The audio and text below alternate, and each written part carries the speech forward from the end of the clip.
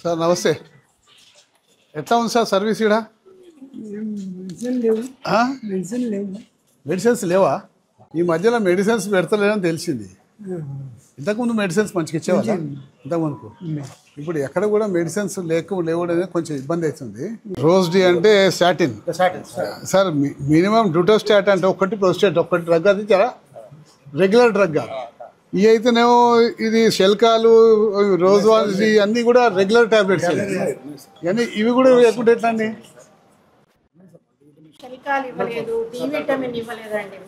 Vitamin D కూడా లేదా? ఇవన్నీ కామన్ విటమిన్స్ అండి. ఇవి కూడా లేకుంటే ఎట్లా అండి?